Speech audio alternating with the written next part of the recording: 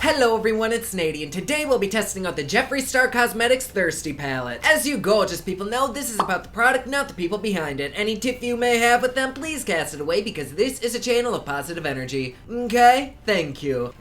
Oh, the bitch really is thirsty. Not gonna lie, I am very excited to review this little bitch, but I still don't know what the fuck it looks like. Much like a lot of products that I've been reviewing on this channel lately, I rush into ordering it, totally forgetting to look at the pictures and all the details and everything, and I close out of the app and totally forget about the product. Just like my relationships, I rush into them and hope the surprise is good. Since ordering this though, I did see a few pictures of it on Instagram and I remember really liking it. I think there were some blues in there. Let's just go to the website right now and take a look at this bad boy. Oh shit, that's actually really damn pretty. I definitely remember seeing this now. Their website says, introducing the Thirsty palette from the 2018 summer collection, featuring 10 blendable mattes and 5 blinding ultra metallics in a brand new formula. These shadows are softer than ever with minimum fallout in an array of bright shades and neutrals to mix and match for all of your favorite summer looks. And like always, this product is vegan and cruelty free and it'll run you 48 bucks. And I was on the website the minute this came out, which I'm very glad I was because this bitch is sold the fuck out. Other than what I just read off their website, they really don't have any information. There aren't any reviews or anything on this, so I don't really know what to expect. And the only other Jeffree Star palette that I own is the Blood Sugar palette, which I fucking adore. Like, I would let my entire apartment complex spit on me if it meant that I got to keep that thing. But I do remember a lot of people saying that the formulas from his first 2 palettes was completely different than the Blood Sugar palette, and now they're saying this is yet another new formula, so I really don't know what to think because I thought the Blood Sugar palette's formula was perfectly fine. But like always, the packaging is very, very cute. It's metallic with a nice sheen, and it's got those textured water droplets on there. It's almost giving me like Nickelodeon vibes. Let's open the sassy beast up. Ooh, that's really cool too. That almost looks like hot dogs in a bun. What is that supposed to be? Ah, that's interesting. Maybe it's supposed to be like a popsicle or something? I don't know. Let's take the little plastic sheet out and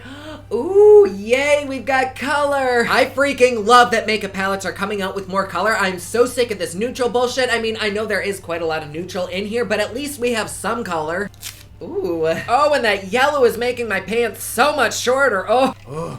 Some of these colors, though, do look a little bit reminiscent of the Blood Sugar palette, especially this top row. So let me just compare the two. Okay, so the two that I think look a little bit similar, at least in the pan, is Prick from the Blood Sugar palette and Bitch from the Thirsty palette. Holy shit, they weren't joking. Those feel really damn good. But the middle finger is Prick and the pointer finger is the other one, and no. Okay, these are way different. Prick is on the reddish side while Bitch is on the more orangey side, so never mind. The other two that look somewhat similar is Tongue Pop and Taste Buds, which let's just put those right there. Oh my god, once again, those are way fucking different. I'm just gonna stop comparing these now because clearly this bitch is blind. But now that we have that out the way, I am very excited to swatch and do a look with this. You guys know the song, are you ready? It's swatching time. First up, we have the first row, which is Parched, Taste Buds, Bitch, Kumquat, and Stroke, and these are very, very soft and buttery feeling. However, it seems like the lighter shades just did not want to go on my skin. No matter how many times I dipped into the pan and put it on my skin, it just didn't want to show up. But that really only seemed to happen with Parched and Taste Buds. The other three were perfectly fine. Like, they look very, very pretty. Bitch is a little bit patchy. I have no idea if that's just my hand. But so far, I'm not unimpressed by this palette, but I'm definitely not wowed by it. And like always, swatching really doesn't mean anything. It's how it performs on a brush that really matters. Next up, we have the second row of all shimmers, which consists of Divine, Filthy Rich, Lick, Snatched, and Plunged, and these are very, very pretty, but I'm not gonna lie, they're honestly a little bit chunky and gritty too. And it's not like shimmers have to always be the softest, smoothest thing in the world. It just kind of caught me by surprise. I think they're very, very pretty. They're nice and metallic with a great sheen. It's just they're kind of chunky, and I think that's because of the glitter. Because as I kind of rub this out, the glitter is falling off, and what's left is a really pretty shiny metallic. Again, I don't know yet how these perform on a brush, but just swatching, I gotta say I'm not impressed. Plus, my hand looks like I just fisted a fairy. It is so glittery right now. And it's the kind of glitter that is not fucking around. Like, it is not coming off, which really scares me if any falls on my face. And finally, we have the last row, which is Settle, Quench, Submerge, Splash, and Drizzle, and these actually were fucking perfection. Like, the pigmentation was gorgeous. The colors are popping. There's no splotchiness or patchiness. Like, this row definitely got me back to being really excited to try this out. let's hop right into this shit. For foundation, I'm going in with a new ColourPop, no filter, in the shade Light 75. My review for this is gonna be out tomorrow, but I totally forgot to do a flash test with this, so we're gonna try it again today. For concealer, let's go in with some Makeup Revolution in the shade C3. And I think to start off, let's go in and set that primer with a little bit of Parched. Ooh, she really does have minimal fallout, but I think that's because they're pressed in really hard, and I almost think that's why we had such a difficult time swatching them. But let's go ahead and take that shade and place it all over the eye to kind of even things out. Then on a fluffy brush, let's take some of Taste Buds, which, ooh, that one does have a little bit of fallout. But honestly, I couldn't give two shits about fallout in the pan. I just don't want it all over my face. That I reserve for other things. But let's take that shade and place it right here on the crease.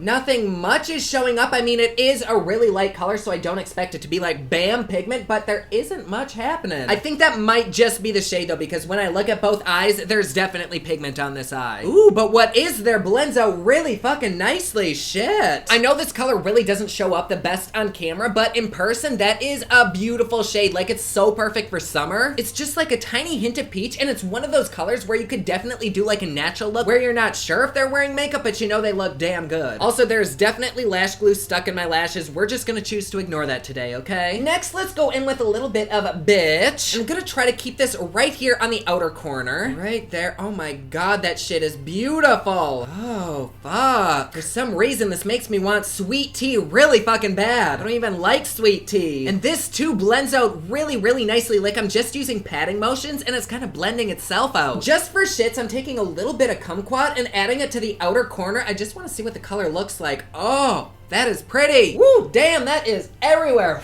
I don't think there's been a color yet that I haven't really fucking loved. I'm gonna go ahead and place a little bit of that all over the lid. But the shade applies to the eye with a brush a lot more kind of like pumpkin color rather than a muted brown, which is kind of how it looks in the pan. And I'm so bummed because in person you can really see how it goes from orange to like a pinky salmon color, but on camera I feel like we're losing a lot of that. That's one of the shitty things about YouTube. You'll never see exactly what I'm seeing. So I guess to make this a little bit more vibrant, let's go in and cut some of the crease out. I didn't really want to do a cut crease today, but I don't think I'm gonna be able to do this palette justice unless we do that. But I'm only gonna cut that crease about halfway in. Not even sure you could technically call this a cut crease, but I'm just gonna stop the cut crease about halfway in and kind of fade it towards the outside. And I'm really curious about this yellow right here. I know we did just do a yellow look on this channel, but it is calling my name. And normally I'd have to pay somebody called Winnie the Pooh Hole or the Sperminator to scream my name, so I'm taking advantage of this. So let's take a bit of that yellow and place it right where I cut that crease out. Ooh, that's pretty. It's not as vibrant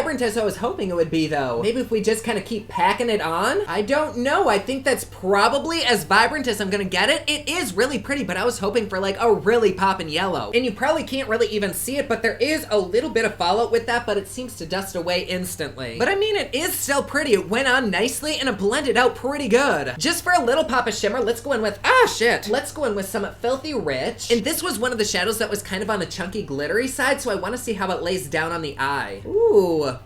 That's actually not bad at all. It is extremely glittery though, like super glitter. But for having applied it with a dry brush, it does not look bad. But there is now a shit ton of glitter on my face. Oh fuck, and it doesn't want to leave either. Like, some of it is dusting off, but a lot of it is still there. Even with the glitter fallout though, I think I still really like this. Now for the lower lash, we have two options. We could keep it very similar to the upper lash, or we could use the blues that are down here. Which should we do? Oh fuck, I don't know. Even though it might fuck up this look, I think if I don't use the blues, I'll really regret it. So let's take a little bit of splash on a nice fluffy brush and start working it right into that lower lash. Oh my god, that goes on amazingly. Holy shit. There is so much pigment to that. I picked up way too much. Let's also go right up next to the lash line with a little bit of Submerge. Oh, that's pretty. I'm gonna take a little bit of blue liner right in the waterline. Holy shit, that is glittery. I tried to put a little bit of Divine on the inner corner to highlight it with, but it is literally flecks of glitter. I don't like that. So instead, to highlight the inner corner, I'm going in with a little bit of Ofra's Rodeo Drive.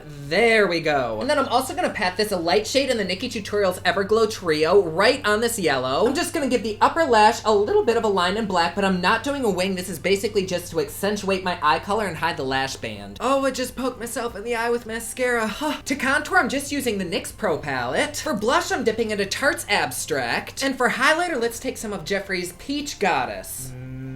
Maybe not. I'm just gonna top that off with a little bit of MAC Superb. Since this is such a summery look, I really want this to look wet, which we all know everything is better wet. Yes, bitch. For lips, I kind of want to be bold and go in with a blue. I did see Wesley Benjamin Carter do that, and it looked so stunning, so I think I want to try that. So I'm gonna line my lips with this Prestige Denim, then on the outer corners some Prestige Masquerade, and a little bit of Jeffree Star's Breakfast at Tiffany's, then on the outer corners some of Jeffree's Blue Velvet, and here we are with the final look. I actually really like it. I'm really happy we combined the blue and the yellow because I do think they complement each other really nicely. And despite the shimmer having a little bit of fallout and the yellow not being as popping as I wanted it to be, it actually looks really, really vibrant. I think I really like this palette. Is it their best product yet? No. In fact, I don't think I would say this is better than the Blood Sugar palette. It's different, but I don't think it's as good. And that might just be how these colors had to be formulated, that they aren't as pigmented or smooth as that palette, but is it still a good palette? Yes. And I love the fact that this is a very versatile palette. Like, you could go nude, you could go daytime glam, you could go nighttime glam, you could just use two of the colors and be totally okay. I think the only real issue that I have with this palette is the chunkiness of these metallic shadows and the glitter fallout that they have. I don't need to keep comparing this to the Blood Sugar palette. I know you should always launch something brand new, and this is something new, but I don't know that these metallics are an upgrade. The mattes, for the most part, are fine. They're all vibrant, except for this yellow one. It is a little bit muted, but I think it's very, very pretty. These blues and greens, so gorgeous, and these oranges complement everything marvelously. So before we give a yes or no on this palette, I do want to do a wear time test, so I will see you in just a second. And we are back. It has been about 6 hours, and I am so damn hungry. I like this lip combo so much that I've avoided eating because I didn't want to have to redo it. And what I also like is this eyeshadow. To me, it still looks the exact same, like it is not faded at all. The only difference is that there is a little bit more glitter fallout on my face because the glitter is real. In fact, I think that might be my biggest complaint about this palette because glitter fallout is a total turn off. Otherwise, I kind of fucking love this palette. As I was passing throughout my house looking in the mirrors with different lighting and whatnot, I started to like this look more and more, and the fact that the yellow is kind of on the subtle side, I don't even mind. Like, I think it pairs with the oranges perfectly. And the yellow is kind of confusing because it goes on the finger really, really nicely, but once you put it on a brush, it just kind of loses its oomph. And maybe I just used it wrong because, like, even swatched, it looks good. I don't know, but I cannot wait to play with this palette even more. I probably, though, if we're gonna be honest, I'm going to completely avoid this middle row because I just don't like the glitter fallout. I definitely will try them with a wet brush because oftentimes that is what fixes that fallout, but for the most part, I just didn't care for that row, which is just really weird to me because typically the shimmers are what I gravitate towards. Other than that, though, I really like this. Do I recommend it?